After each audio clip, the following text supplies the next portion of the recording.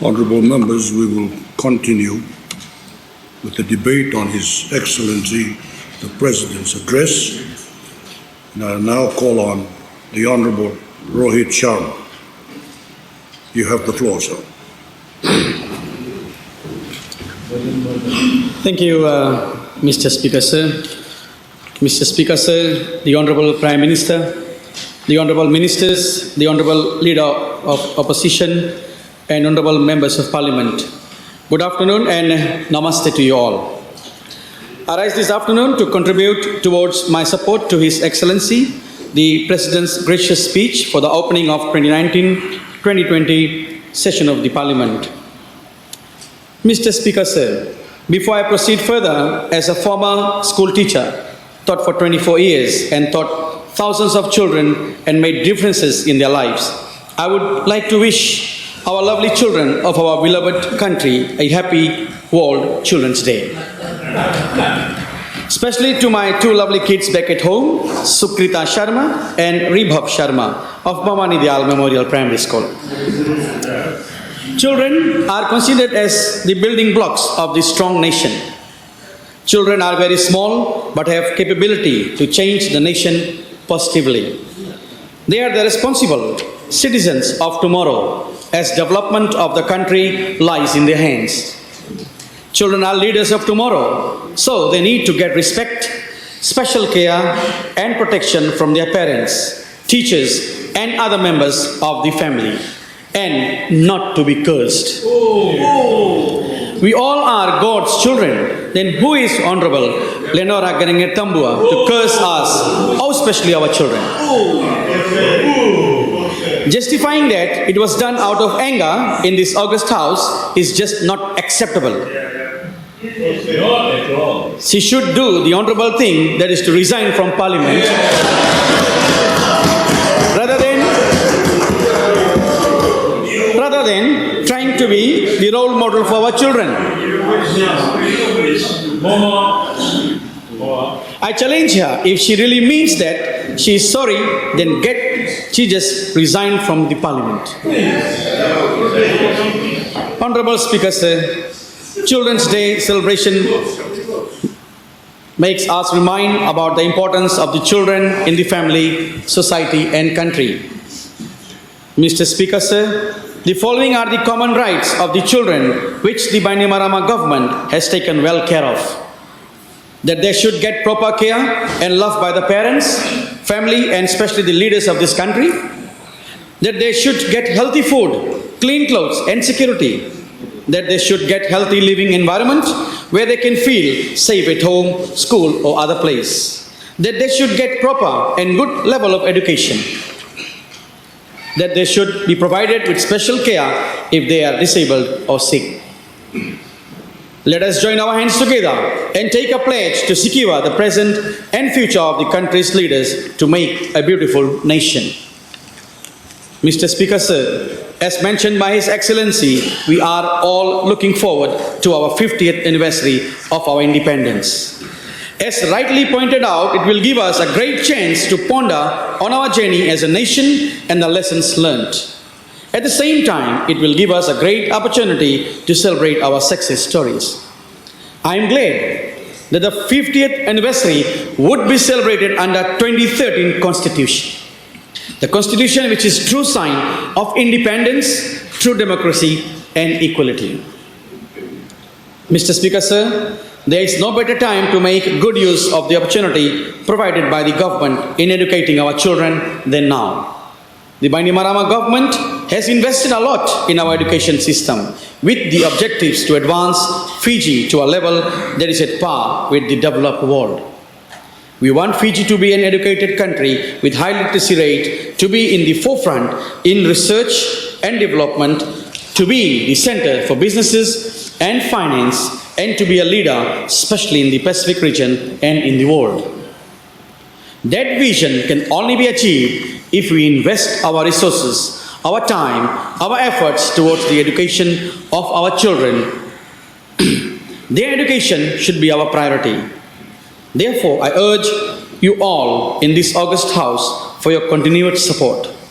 Let us give them the best we can, as they will replace us and will continue our legacy to their children and to their children's children for future generations. Mr. Speaker, sir, the Fiji First government believes in true democracy, transparency, equality without any form of discrimination such as gender, race, color, and ethnicity.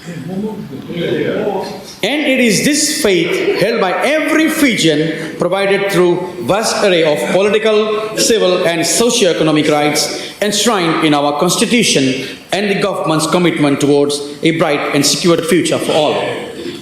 I believe there have been a prudent and disciplined financial decisions made to ensure that we achieve a balance in terms of expenditure and revenue and investment with strong relationship with development partners along with the extreme climate vulnerabilities we face.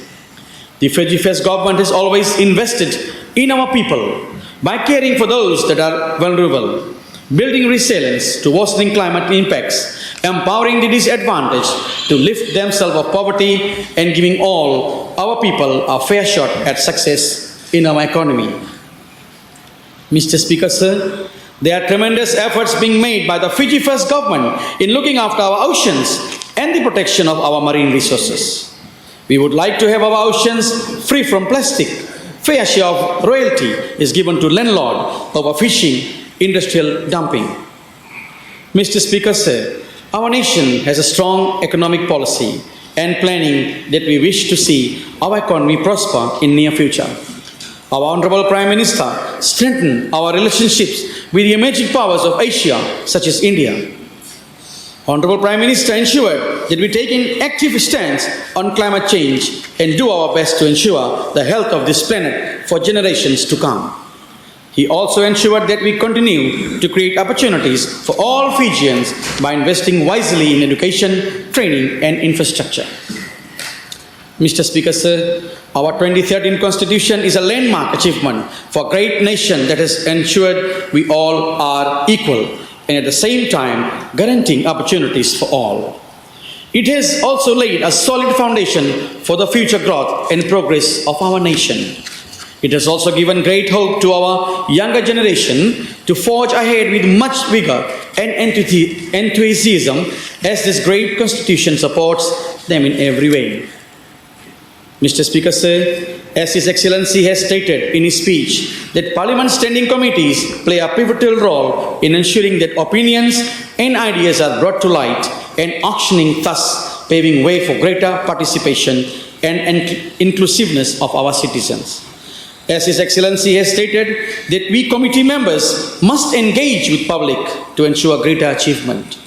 As a result, our Standing Committee on Justice, Law and Human Rights on a number of occasions have done public consultation and reported back to this August House. Mr. Speaker, sir, as rightly pointed out by His Excellency, that our rural development programs are on the forefront of the government agenda. More roads, bridges, roadside stalls have been built to ensure our citizens get better access to our towns and cities for the purpose of business and also doing business in the locality.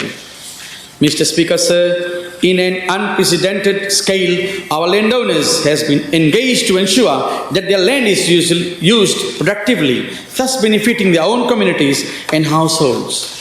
It has also given them opportunity to actively participate in the nation's economic growth. Mr. Speaker, sir, our leap towards technological advancement to digitize Fiji has been embraced with open arms by our responsible citizens. It has provided great platform for our young entrepreneurs to do business in smart way. Mr. Speaker, sir, our relatively though small economy has maintained a steady growth.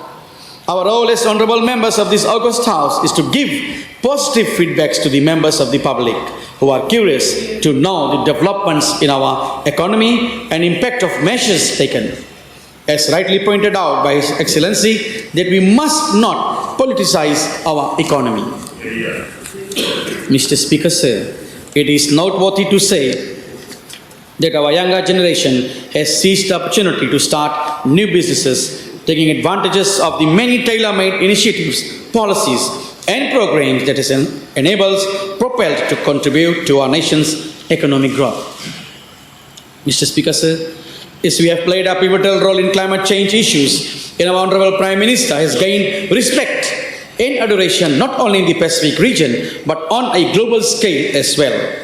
With the support and cooperation from our Pacific neighbors, we have played a leading role in enacting the climate change law. Also, our beloved citizens have played important role in giving valuable ideas in the national consultations in Climate Change Act. Mr. Speaker, sir, as a member of this August Parliament, I therefore appeal to all members to join hands together by disseminating our President's message honestly and truthfully to our people. If we are genuine in taking our nation forward, gone are the days when we lie to people about the truth, and let us work responsibly as members of the Parliament for the betterment of our people. Mr. Speaker, sir, finally I believe we can take our nation to new heights if we are united and work together. Thank you. Pinagabakalebu. Dhanyawad. Namaste.